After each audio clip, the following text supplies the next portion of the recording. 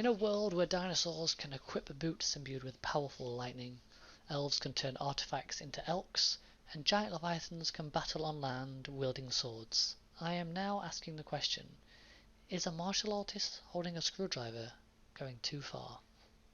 Hello everyone, Spencer here, and today we are talking about none other than Magic the Gathering and of course their Universes Beyond IP crossovers, or intellectual property crossovers. Universes Beyond is Wizards of the Coast intellectual property crossover brand division. Not quite sure if it's a division, but however they manage it, it's their product. They've had some wins in the eyes of the public with these crossovers, and they've also had some pretty epic fails. So let's delve a little deeper. First off, I have to admit I was very upset with the Walking Dead Secret Lair drop. That was the first big crossover. I didn't see the correlation between the IPs and the idea of like mechanically unique cards which could potentially warp formats locked behind yet another additional paywall that Wizards of the Coast is now controlling. It annoyed the hell out of me, quite frankly. Luckily now the mechanically unique bit has been somewhat fixed, in inverted commas, or addressed, but that's not the point. The point is, the more I think about it now, the more I'm realising Magic the Gathering has zombies. The Walking Dead is a show all about zombies. Magic the Gathering has protagonists fighting for a better existence upon their plane. Walking the Dead has survivors trying to build a better place to thrive within their world. So now they seem more alike than I originally gave them credit for. The other thing I saw mentioned a lot at the time of the release was target audience. Walking Dead can be quite dark, it's got a large focus on violence, you've got things like Lucille, whereas Magic is not so dark. But there are some dark stories within Magic. One that comes straight to mind is Theros Beyond Death, and we are treated to a story about Elspeth being dragged to an underworld to stand trial, where we've got characters like Ashiok who delve into your mind and bring your darkest fears to life. These are also quite warped and dark storylines. One could argue that they are probably slightly more effed than zombies walking around your screen.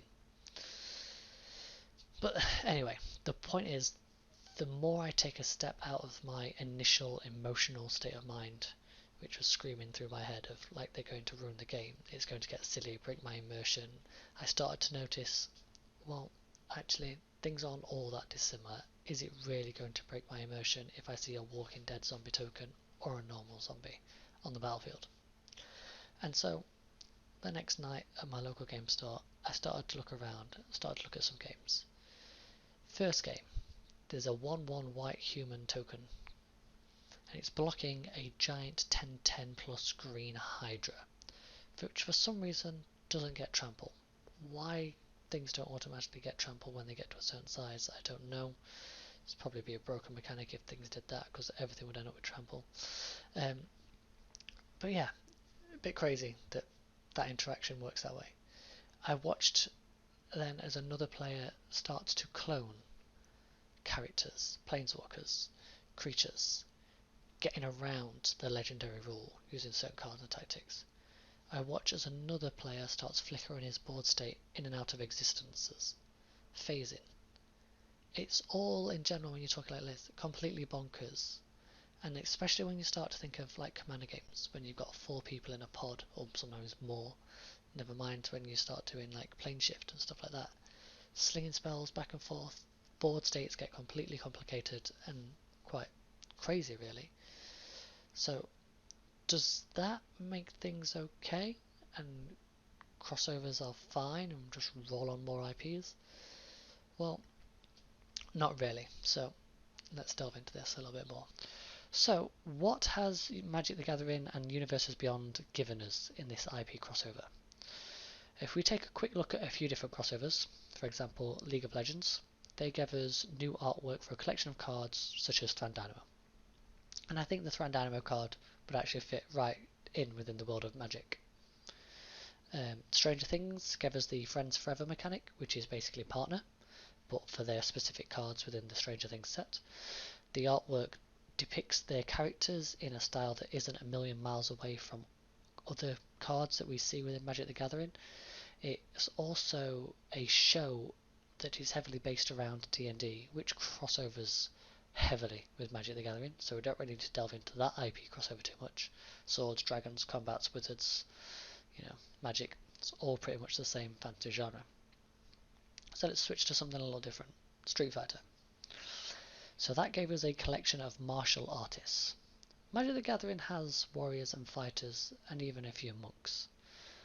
But the artwork we see on those cards, once again, is not a million miles away, not too dissimilar from what we normally see. Not a problem. We also see those cards representing stereotypes of Magic decks, such as Ken Masters imitating the Redburn deck style. It's also, with that, it's a bit of a nod to the fact that he has a fire animation around him in the Street Fighter games. The Dalsim card is all about reach, a nod to the fact that within the games he has arms that can reach.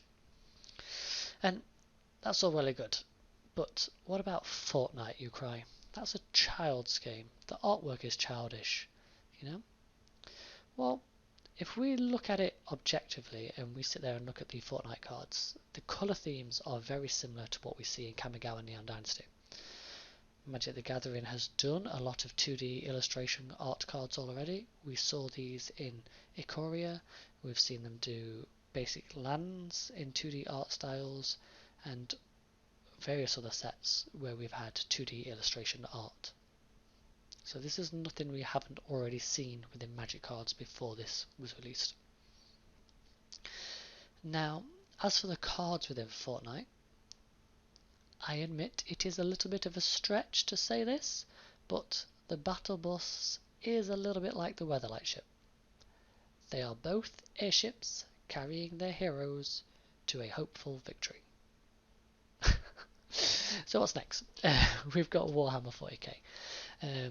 We can see a lot of artifacts and crossing over within the Magic the Gathering world, larger than life characters crossing over with the Magic world. At first you might think chainswords are stupid, but we have things like a basilisk collar that gives you a lifelink and death touch. We have ovens which you can repeatedly sack a cat to. Is a chainsword really that stupid? So now we have Lord of the Rings. This is not out yet, it's coming out. Orcs, wizards, magic, dragons, Nazgul, magical artifacts. Surely that will blend in. Doctor Who is coming out soon. Time travel? That just screams to fairy. Weird, crazy monsters? Just nothing we've not already seen on Ikoria or anywhere else. Artifacts, yeah, we see that all the time. So this is all like pretty standard stuff when you break it down to this level. So I'm at a point now, if Universes Beyond hasn't added anything that makes the game any more crazy or even as stupid as it can be sometimes, and the cards function in the same way and even look similar, what is the actual problem I think that some people are facing with the Universes Beyond product still? And I think it comes down to the fact that we have some players who love this game, and this game has been such a part of their life and their childhood that they don't want to lose that. And that is fine. Nostalgia is a strong emotional feeling. Keep hold of it. It's important. But the problem is, it's when that fear gets the better of them, and that feeling then tells them to push certain agendas online. They feel they need to defend the game, stop it from changing, because it's not going to be what they love, because they don't want to see the game be damaged. And this is tough, because everything needs to change in order to survive. You adapt to thrive. If you don't, you will become the big old dinosaur. And while you might be the king of the jungle for a little while, eventually that meteor will come and it will be good night. So now I just want to take a moment to say that Magic the Gathering is coming up to 30 years old. This game has been around for 30 years. They need to stay fresh. Not every player that plays now started back in 1993. Some have only been playing in a matter of hours, weeks, months, or even a few years. We need to keep the interest of young people today, as they are the ones that will keep the game going for the next 30 years. And the interests of the young people today are very different to the interests of people that started playing 30 years ago. As we're talking about Universes Beyond, Street Fighter is shortly turning 35. I can't remember Street Fighter or Capcom. So they've had to do a lot to keep their game fresh, because let's be honest, there's only so many fireballs you can throw across the screen before it starts to get a little repetitive. They've had to keep things new and exciting, so with every iteration of the game, it encourages more players to come to the game as well as to keep old players playing the game. They have changed game mechanics, they have changed the speed of play, they have changed the art styles, the animations, the special effects, the particles that go off when you attack and do your special moves. And they have even done crossovers throughout the years. Tekken, Marvel, SNK, and they are even doing a crossover now with Power Rangers. These are all things that we see WOTC do. Yeah? This is not an abnormal thing for companies to do to keep their game fresh and current. It's a normal process for companies to go through. Now let's take a moment to go over a few figures, a few stats, after we've spoke about the Universes Beyond products. Most of the Universes Beyond product so far has been in secret layers. So the argument that's to be made is that there's not actually enough product out there. Secret layers are limited print runs, limited to certain countries. So we won't truly see an effect of how they could warp formats, so to speak, or break people's immersions on a mass level, because there's just not enough cards out there. So there was some information posted on Reddit, which I think was linked to an Alpha Investments video, which touched on the secret layer sales. This said a few of the secret layers, it doesn't have them all. Theros sold 40,000 units, Thalia sold 28,000, OMG Kitties sold 44,000, and the Bitter Blossom Stream secret layer sold 80,000 units. We also know from Wizards of the Coast, as they have told us directly, that Walking Dead secret layer is the best selling secret layer to date. So we can assume it's 80,000 plus units sold. If we do a bit of Googling now, we can see, well, I can see at the moment, there's around 140 to 150 secret layer Walking Dead units currently for sale on Card Market. TCG Player aren't listing anything.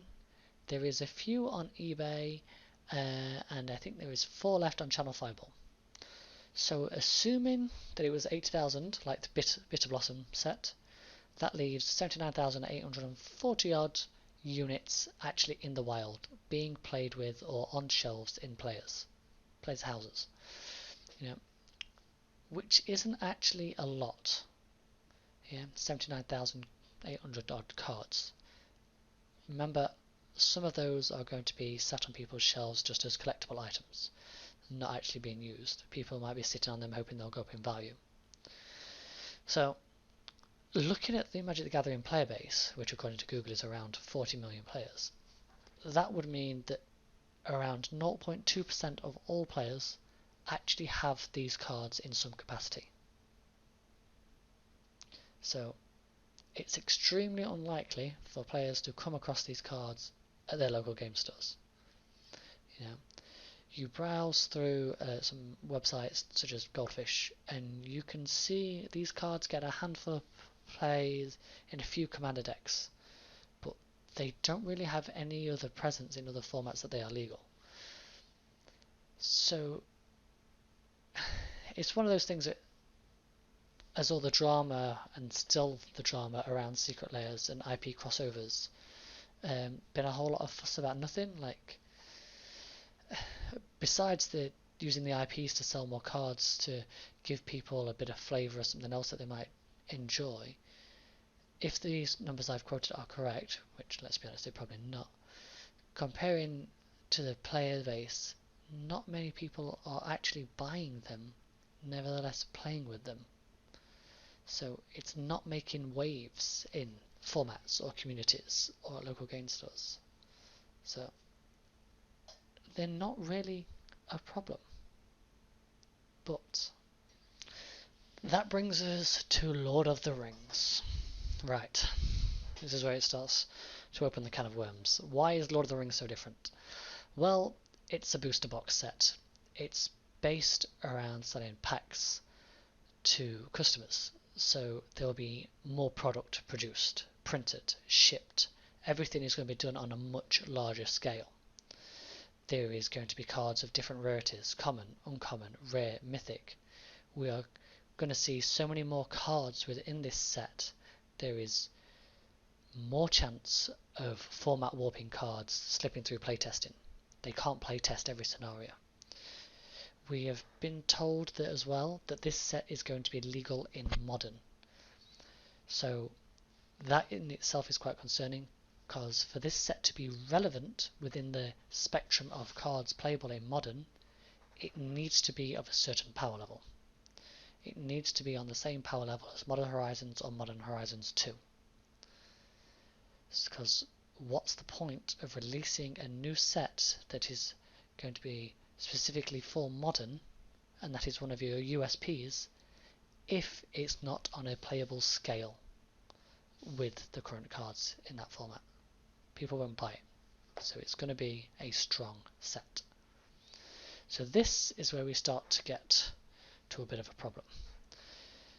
We are using an intellectual property of somebody else to get more buy-in from new players, not such a problem, but then it's going to force an artificial rotation of other formats.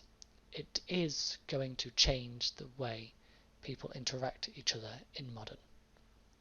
Yeah, these cards are going to have an effect on that format, which means they'll probably have an effect on other formats like Commander, maybe even Legacy, Vintage. As this set is being produced on a larger scale, there are going to be more cards in the wild. So it opens up more trading of the cards, buying and selling of the cards. People are going to want to speculate on these cards. They are going to hoard them. Prices are going to go up. This is where we start to get to the problems and the side effects of doing things like this. Now let me be clear. This is not because it's Lord of the Rings. People aren't going to be rushing into the shops to buy it because it's Lord of the Rings. They're going to be rushing into the shops to buy it because it's Modern Horizons 3. Now, I'm just going to end everything here, and not really much more to say. Universes beyond products, not such a bad thing when done within a contained environment. We will see how that translates with Lord of the Rings. We might even get a peek of how it could affect things with all the Commander sets that Warhammer 40k has released as well. So that's it, I'm afraid, people. I'm now going to disappear, go play some Magic, maybe go see if I can find a sonic screwdriver to equip onto my Mecha Godzilla while I mutate it into an octopus.